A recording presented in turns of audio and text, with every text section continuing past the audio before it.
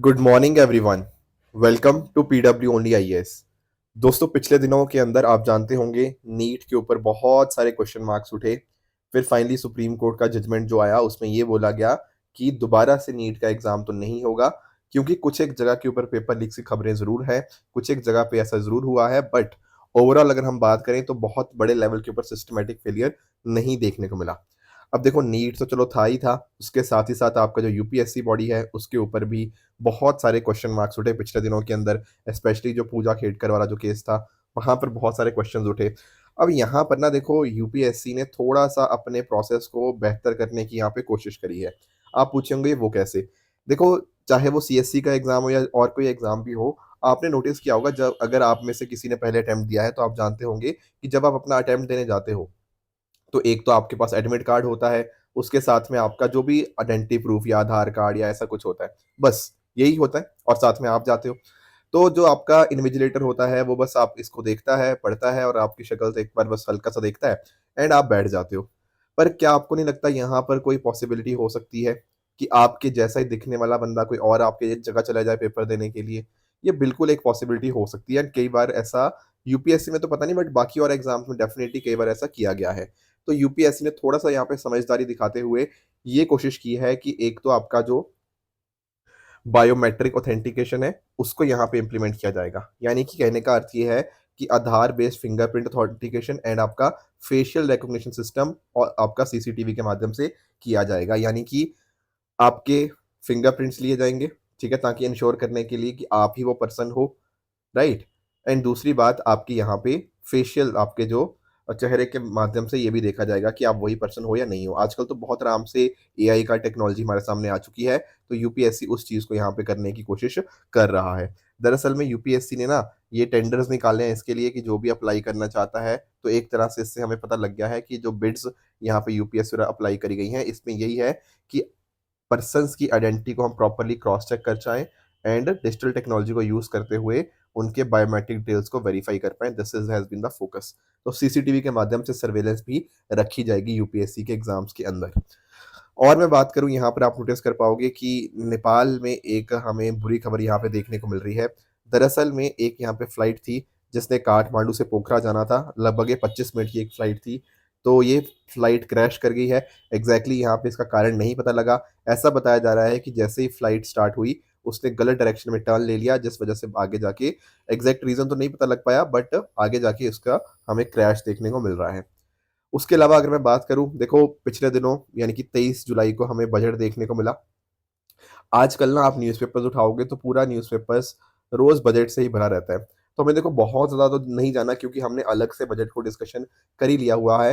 पर 1-2 टॉपिक्स ऐसे हैं जो थोड़ा डिटेल में न्यूज़पेपर्स में आए हैं, तो उनको हम डेफ़िनिटली कवर करते रहेंगे। पर यहाँ पर आप नोटिस कर पाओगे कि ऑपोज़िशन के द्वारा बोला गया है कि फाइनेंस मिनिस्टर जी के द्वारा बजट के अंदर जो नॉन एनडीए स्टेट्स हैं, उनको बिल्कुल एक्सक्लूड कर दिया गया है। दरअसल में यहाँ पे बात हो रही है 2 स्टेट्स की, यानी कि आपके आंध्र प्रदेश और बिहार।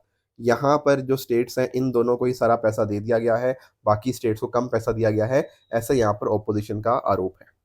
दोस्तों, स्टार्ट करते हैं आज की डिस्कशन। डेट है आज की 25 जुलाई 2024 एंड आप सभी का स्वागत है आज के प्रीलिम बूस्टर न्यूज़ डिस्कशन के अंदर। एक जो टॉपिक हमें डिस्कस करना है वो है आपका टेम्पल्स के बारे में। दरअसल में बजट्स के अंदर देखो ये इनका ज़िक्र आया, तो थोड़ा-सा हमें इनको डिटेल में जानने की ज़रूरत है। एक जो हम टेम्पल डिस्कस करेंगे वो है विष्णुपद टेम्पल एट गया के बारे में। थोड़ा मैं आपको बताता हूँ, यहाँ पर आपको जो विष्णुपद टेम्पल से जैसे नाम से ही पता लग रहा है ना, तो लॉर्ड विष्णु को यहाँ पे ये डेडिकेटेड आपको टेम्पल देखने को मिल जाएगा। थोड़ी-सी ना दरअसल में इसकी स्टोरी है, समझना। एक्चुअल में क्या था, जो एक डीमन है गयासुर के नाम से, उसके सर के ऊपर यहाँ पर भगवान विष्णु जी ने अपने राइट पैर को रखा था। अब उसी से नाम पड़ गया विष्णु पद, ठीक है? विष्णु लॉर्ड विष्णु के लिए और पद उनके पैर के लिए, समझ गए हो? और उस पर्टिकुलर डीमन को फिर उन्होंने पाताल लोक में भेज दिया था। मतलब उनको इस तरह से उसके सर के ऊपर अपना पैर रखा, अकॉर्डिंगली ये चीज़ हमें देखने को मिलती है। इस पर्टिकुलर टेम्पल में आपको यहाँ पे एक धर्मशिला भी देखने को मिल जाएगी। बेसिकली इसी का जो उनका पैर था ना, उसी का एक इम्प्रिंट आपको देखने को मिल जाएगा। तो ध्यान में रखना कि ये जो पर्टिकुलर टेम्पल है आपको बिहार के गया डिस्ट्रिक्ट में देखने को मिलता है, on the banks of Falgu river. जो अहिल्याबाई होलकर जी हैं, ठीक है, क्वीन थी अहमदनगर की, उनके द्वारा 1787 के अंदर यहाँ पर ऑर्डर दिए गए थे इस टेम्पल को बनाने के लिए। बाकी ये टेम्पल की जो लेंथ है वो आपको 100 फीट टॉल देखने को मिल जाएगा एंड टोटल आपको यहाँ पे 44 पिलर्स देखने को मिल जाते हैं, जो कि आपके ग्रे ग्रेनाइट ब्लॉक्स के द्वारा या मुंगेर ब्लैकस्टोन की तरह यहाँ पे बने हुए हैं। ये जो टेम्पल है ऑक्टागोनल शेप में है एंड ये ईस्ट की तरफ यहाँ पे फेस करता है। एक और बात जो आपको ध्यान में रखनी है वो है आपकी कि जो श्रद्धालु है ना, वो पितृपक्ष के समय के ऊपर यहाँ पर इस टेम्पल को विजिट करते हैं। पितृपक्ष का मतलब क्या होता है? एक ऐसा टाइम जब अपने एंसेस्टर्स को याद किया जाता है, राइट? जैसे फॉर एग्जाम्पल भगवान राम ने भी ना यहाँ पर अपने पिता दशरथ का पिंडदान किया था, तो वो भी यहाँ पे गया में गए थे। बाकी अगर बात करें यहाँ पर जो पुजारी होते हैं वो ब्रह्मा कल्पित ब्राह्मण्स होते हैं या ग्यावल ब्राह्मण्स के नाम से भी उनको जाना जाता है। तो एक तो विष्णुपुर टेम्पल एट गया की बात हुई, उसके साथ साथ जो महाबोधि टेम्पल एट बोध गया है उसका भी डिस्कशन यहाँ पे देखने को मिला। अब बोध गया भी आपको बिहार के गया डिस्ट्रिक्ट में देखने को मिल जाएगा। तो ये जो टेम्पल है ये महाबोधि ट्री के ईस्ट में आपको लोकेटेड है एंड महाबोधि ट्री तो आप जानते ही हो, पढ़ते ही हो आप लोग हिस्ट्री के अंदर कि जो गौतम बुद्ध हैं उनको यहाँ पे जो निर्वाण प्राप्त हुआ था वो यही महाबोधि ट्री के ऊपर हुआ था। ये एक अपने आप में यूनेस्को वर्ल्ड हेरिटेज साइट है। एम्परर अशोका के द्वारा 3rd सेंचुरी बीसी के अंदर यहाँ पे इसको बनाने का बोला गया था एंड जो प्रेजेंट टेम्पल है ना वो 5th-6th सेंचुरी से हमें यहाँ पे देखने को मिल जाता है। बहुत ही इंपॉर्टेंट इसकी शेप है, यहाँ पर आप इसकी हाइट 170 फीट देखने को मिल जाएगी एंड ये ब्रिक के द्वारा पूरी तरह से ब्रिक के अंदर बिल्ड है, तो ये बात आपको बिल्कुल ध्यान में रखनी है। साथ में आप नोटिस करोगे तो जो मेन टेम्पल है वो 50 मीटर हाई आपको देखने को मिल जाएगा। इसमें शिखरास की बात करें तो 2 लार्ज स्ट्रेट साइड शिखर आपको देखने को मिल जाते हैं, शिखर जैसे होते हैं ना ऊपर की तरफ जैसे जाते हैं एंड साथ ही साथ इसके मतलब जो लार्जेस्ट शिखर है वो लगभग 55 मीटर्स हाई आपको देखने को मिल जाएगा। ये जो इसका जो 2 शिखर्स की बात कर रहा हूँ तो यहाँ पर आपको पगोडा स्टाइल आपको देखने को मिल जाता है। एक्चुअल में क्या होता है, पगोडा एक ऐसा एशियन टेम्पल की तरह हम मानते हैं जहाँ पर ना जो स्ट्रक्चर्स है वो पिरामिड की शेप के अंदर आपको देखने को मिलते हैं। तो 2 इस तरह से शिखर है तो इस तरह से वो पिरामिड शेप ले जाता है। एट द सेम टाइम यहाँ पर जो वज्र आसन या डायमंड थ्रोन है, यहाँ पर ओरिजिनली एम्परर अशोका के द्वारा ही इंस्टॉल किया गया था, जहाँ पर बुद्धा बैठते थे और मेडिटेट करते थे। मतलब बेसिकली उस चीज़ को दिखाने की यहाँ पे बात करी गई है। साथ ही साथ आपके सेक्रेड बोधि ट्री और बाकी जो 6 सेक्रेड साइट्स है वो आपको इसी रीजन के अंदर देखने को मिल जाएंगे। हालांकि एक और साइट भी है 7 सेक्रेड प्लेस जो है लोटस पॉन्ड, वो यहाँ पर साउथ के अंदर आपको देखने को मिल जाएगा आउटसाइड के अंदर, ठीक है। तो ये कुछ पॉइंटर्स थे जहाँ पर आपको विष्णुपद टेम्पल एट गया एंड साथ ही साथ जो आपका बोध या महाबोधि टेम्पल है बोध गया के अंदर, इनके बारे में पता होने चाहिए। अब देखो यार, इनके रिगार्डिंग तो बात हुई फाइनेंस मिनिस्टर दी के द्वारा कि कैसे कॉरिडोर प्रोजेक्ट्स यहाँ पे अनाउंस किए जा रहे हैं इन दोनों जगह के ऊपर, पर पहले भी हमारे पास बहुत सारे रिलीजियस कॉरिडोर प्रोजेक्ट्स इंडिया में हैं।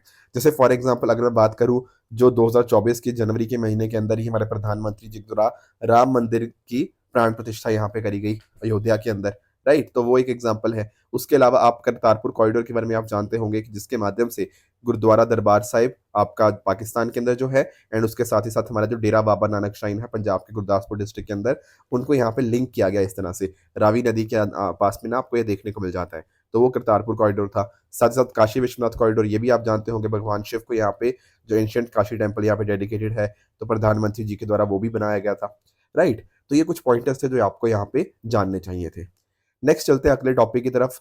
अगला टॉपिक हमारा दरअसल में है कि हमारा जो अटल इनोवेशन मिशन है उसके द्वारा and world intellectual property organisation दोनों ने मिलकर एक LOI साइन किया है, लेटर ऑफ इंटेंट यहाँ पे साइन किया है कि हम ना अच्छे अच्छे ज्वाइंट इनोवेशन प्रोग्राम्स डेवलप करेंगे in global south. Global south आप जानते ही होंगे, G20 के बारे में बहुत डिस्कशन हुआ था इसके बारे में, जो आपकी डेवलपिंग और लीस्ट डेवलप कंट्रीज हैं उनको हम कैसे आगे लेकर आ सकते हैं, ये फोकस रहा था। तो यहाँ पर आप अगर बात करें, ये दोनों यहाँ पे साथ में आए हैं कि कैसे ग्लोबल साउथ के अंदर हम इनोवेशन प्रोग्राम्स को डेवलप कर सकते हैं।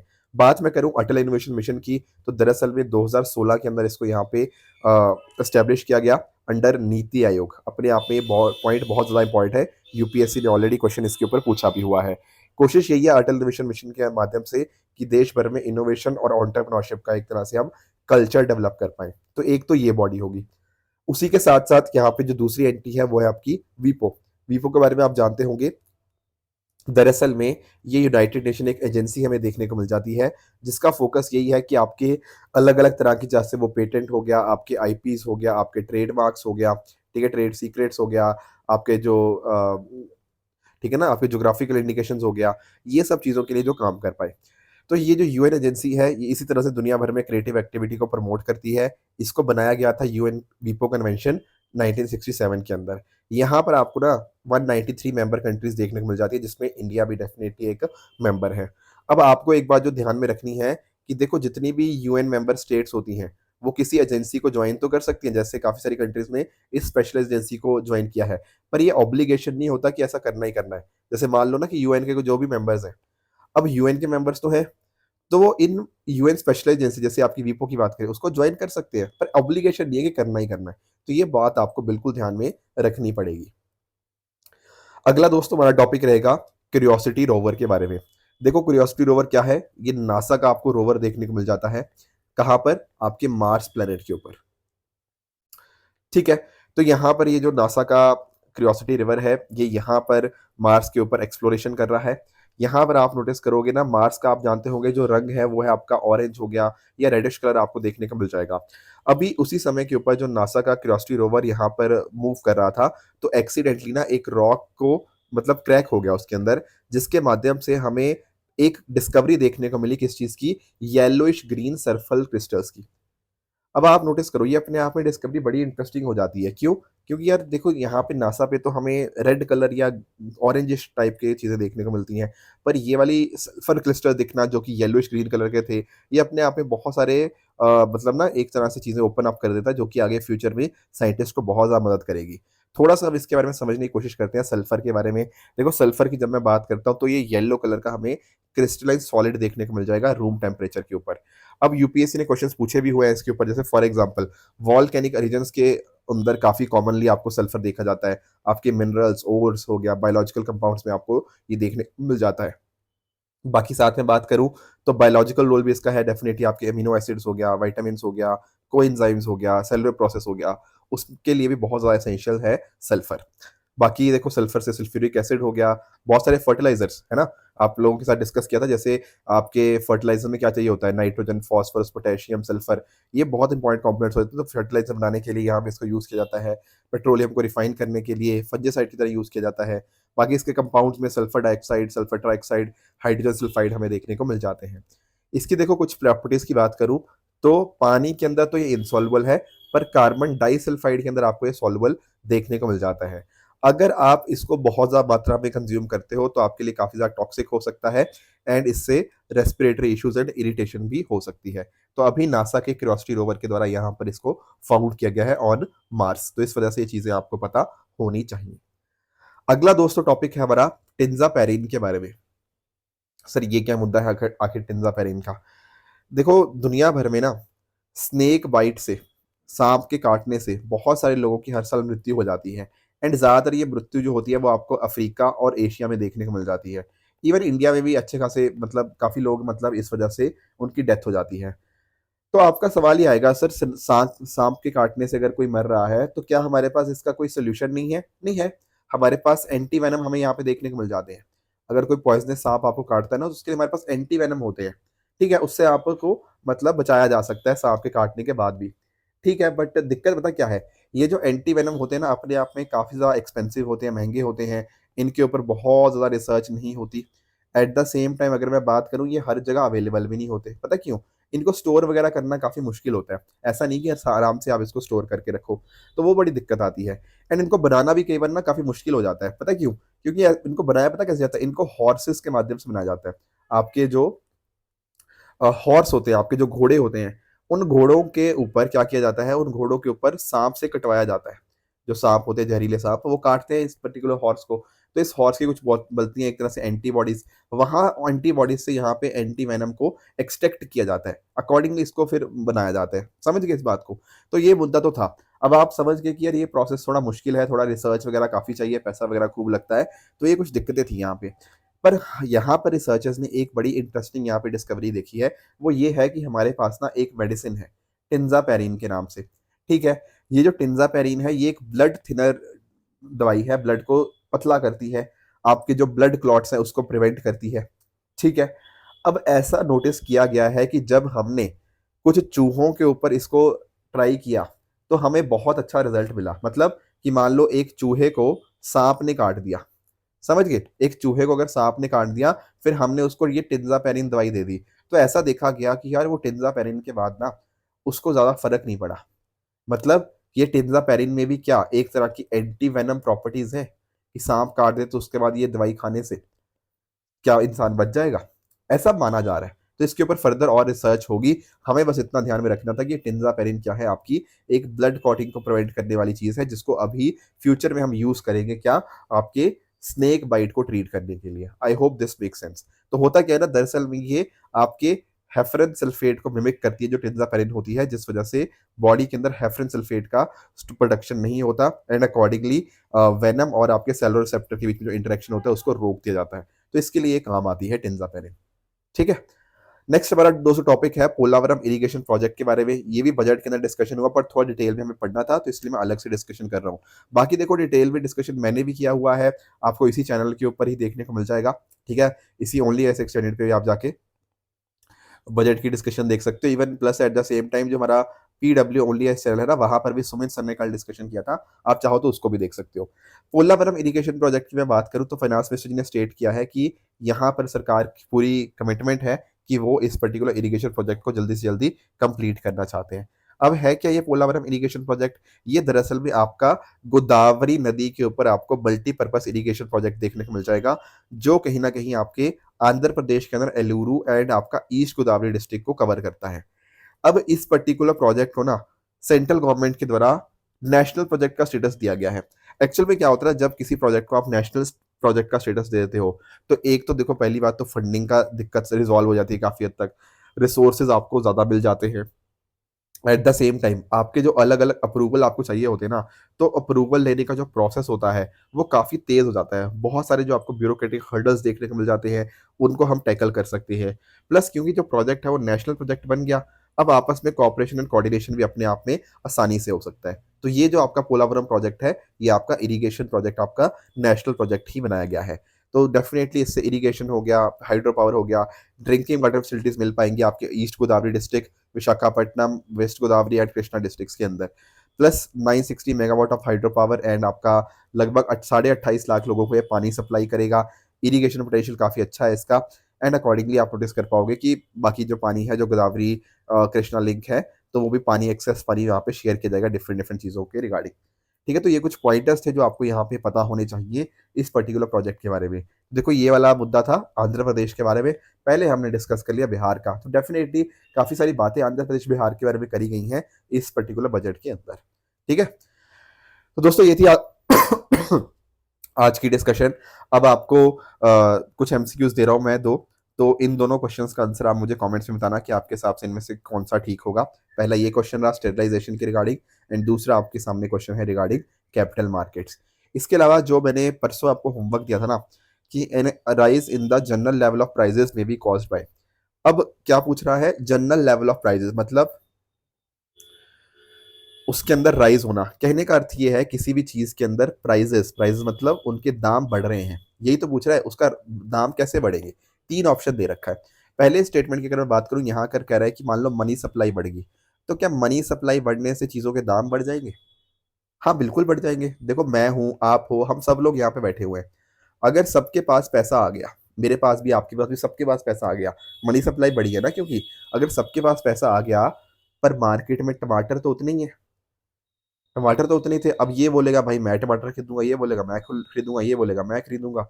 अगर हम सब लोग यही करेंगे तो क्या आपको नहीं लगता कि टमाटर के दाम ऑटोमेटिकली बढ़ जाएंगे, क्योंकि टमाटर तो उतने ही है। तो डेफिनेटली जब भी आपकी मनी सप्लाई बढ़ती है उससे आपके प्राइजेस का लेवल जो होता है वो इंक्रीज होता है।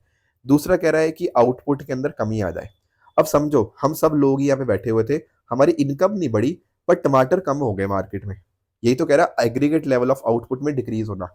टमाटर अगर कम हो जाएंगे तो फिर वही चीज होगी, हमारे सबके पास पैसे हैं, भले ही बहुत ज्यादा पैसे नहीं है पर टमाटर बहुत कम है। टमाटर बहुत ज्यादा कम होंगे तो उस केस में हम क्या करेंगे, हम तो हमें नोटिस करने को मिलेगा उसके दाम बढ़ जाएंगे।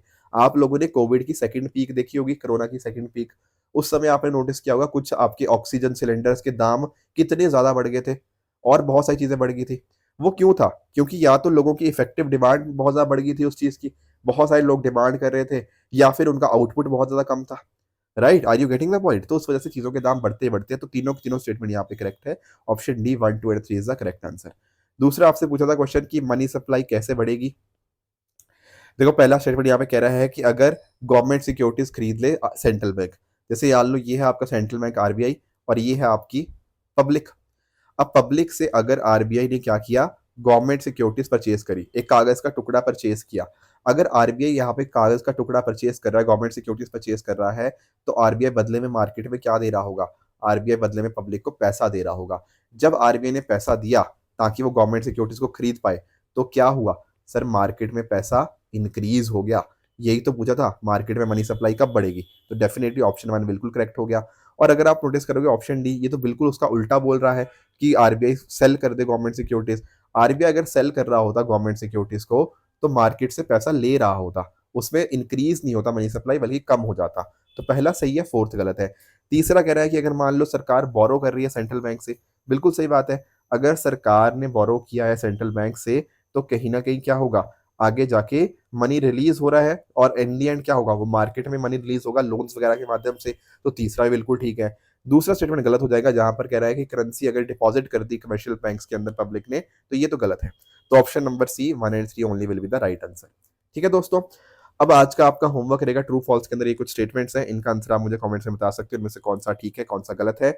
इसके अलावा जो कुछ और मैंने होमवर्क दिया था रत्तापानी वाइल्ड लाइफ सेंचुरी के बारे में, तो ये आपको मध्य प्रदेश के अंदर देखने को मिलती है। तो पहला स्टेटमेंट आपका गलत हो गया। टाइगर का आपका आईयूसीएन स्टेटस आपको एंडेंजर्ड देखने को मिलता है, तो ये भी आपका गलत है।